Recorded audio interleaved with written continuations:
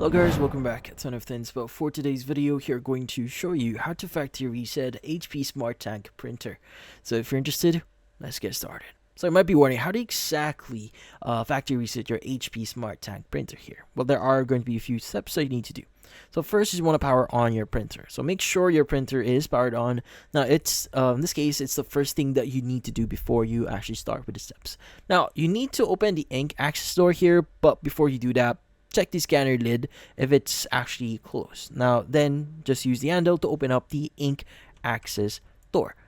Now, from then on, with the ink access door open, you want to press the information button, and once you do that, all the buttons on the control panels should light up. Now, from then, you want to go ahead and basically reset it. So press and hold both the information button and the cancel button at the same time for about 6 seconds. Now you'll see the Wi-Fi button start blinking here, which means you're in the right track. And once the Wi-Fi starts blinking, go ahead and close the ink access door and your printer will power up again.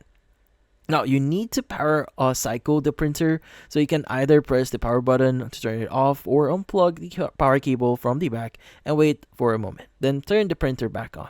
Now when the printer turns back on, the Wi-Fi light should be blinking again on the control panel, and this means it's ready to connect, and that's about it.